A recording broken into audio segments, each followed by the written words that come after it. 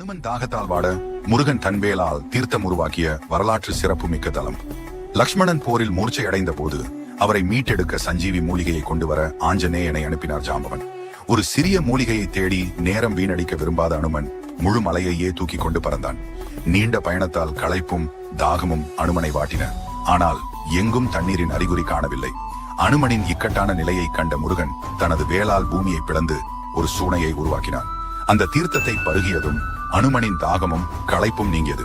அனுமாவி வந்துற்ற அஞ்சனாதேவி மகன் அனுமாரின் அருந்தாகம் தீர்க்க நீர் தந்த மலை, கனமான மலை சுமந்த களைப்பாற்றி கரங்குவித்து குமராவென அனும குமரனாய் நின்ற மலை என்ற அனுமாவி 10 பாட்டில் இது அழகாக குறிப்பிடப்பட்டுள்ளது. அனுமனுக்கு முருகன் அருள் பாலித்ததால் அனும குமரன் மலை என்றும் பின்னர் அனுவாவி என்றும் அழைக்கப்பட்டது. அணு என்பது அனுமனையும் வாவி என்பது நீரையும் குறிக்கிறது. சுமார் 500 படிக்கட்டுகள் கொண்ட இத்தலம் கோவை மாவட்டம் பெரிய தடாகத்தில் அமைந்துள்ளது. அனுமன்